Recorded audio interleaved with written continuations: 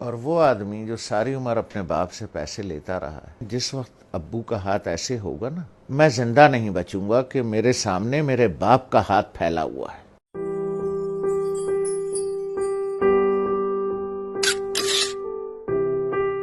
ایک دن میں بیٹھا ہوا تھا، اسلام آباد سے گیا تھا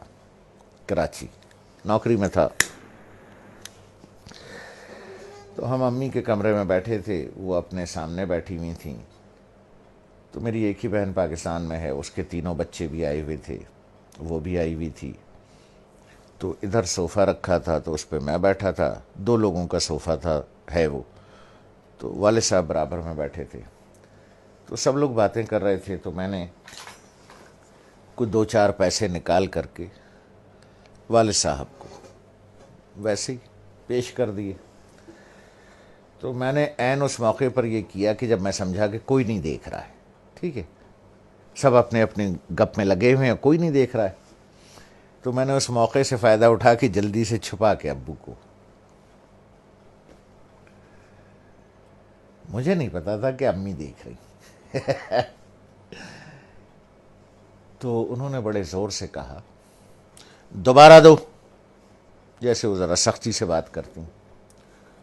تو مجھے یہ تو پتا چل گیا کہ انہوں نے دیکھ لیا، تو میں سوچ رہا ہوں کہ یہ کیوں کہہ رہی ہیں دوبارہ دو۔ ان کا نواسا ساتھ بیٹھا تھا، حمزہ، جو ماشاءاللہ 6.25 فٹ کا ہے، اس وقت 6.25 فٹ کا تھا، تو مجھے تو انہوں نے بہت سختی سے کہا دوبارہ دو،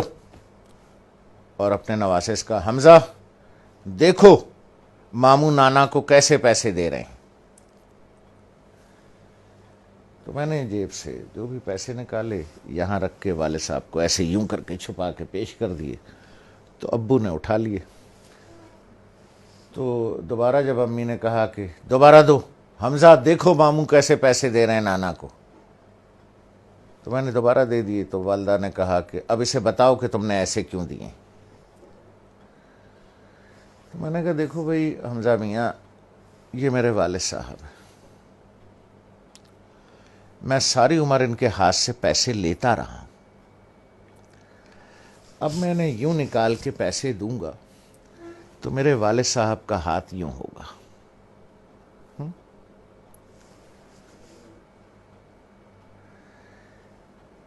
اور وہ آدمی جو ساری عمر اپنے باپ سے پیسے لیتا رہا ہے، جب میں نے کہا اپنے بھانجے سے،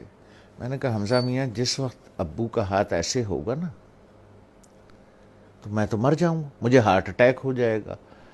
میں زندہ نہیں بچوں گا کہ میرے سامنے میرے باپ کا ہاتھ پھیلا ہوا ہے،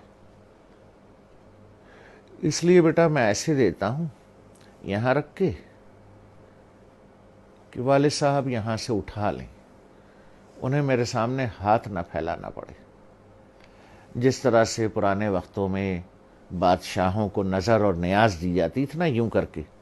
اور بادشاہ اگر قبول کر لے اٹھا لے تو وہ نیاز قبول ہو جاتی تھی، جیسے آج بھی مزاروں پر ادھر ادھر پیروں کو ایسے کر کے نظر دی جاتی ہے، پیر صاحب ہاتھ لگا دیتے ہیں یا کبھی کبھی اٹھا بھی لیتے ہیں، تو سمجھیے وہ نظر اور وہ نیاز قبول ہو گئی۔ تو میں نے کہا بچے جس وقت میں یوں کر کے دوں گا اور ابو کا ہاتھ ایسے اٹھے گا تو میں تو مر جاؤں گا بیٹا، کہ میرے باپ کا ہاتھ میرے سامنے پھیلا ہوا ہے، تو اس لیے میں ایسے کر کے نظر پیش کرتا ہوں چھپا کے کہ کوئی دیکھ نہ لے ہیں کہ باپ ہاتھ پھیلا رہا ہے، نہیں نہیں نہیں، باپ نظر قبول کر رہا ہے، اس نے ہاتھ لگا دیا تو قبول ہو گیا۔ اب وہ حدیث مبارک کا مفہوم ذہن میں لائیں، جب سرکار رحمت اللہ عالمین صلی اللہ علیہ وسلم نے بیٹے کا گریبان پکڑ کے کہا کہ تو اور تیرے پاس جو کچھ ہے تیرے باپ کا ہے، لوگ بھاگتے ہیں، میں آخری بات کروں، لوگ بھاگتے ہیں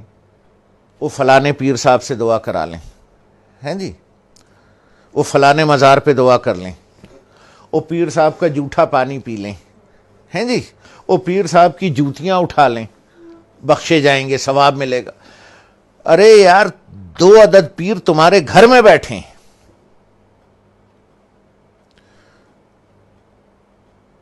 ایک عورت ایک مرد، دو پیر تمہارے گھر میں بیٹھے ہیں یار، جا کے ان کی جوتیاں سیدھی کر،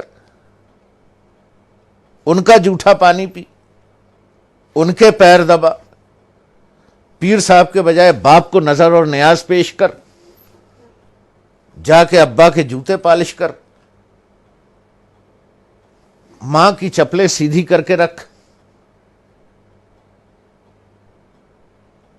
دو پیر گھر میں بیٹھے ہیں، ان کو چھوڑ کے اللہ کو ڈھونڈنے کہیں اور جاتے ہو، شرم نہیں آتی؟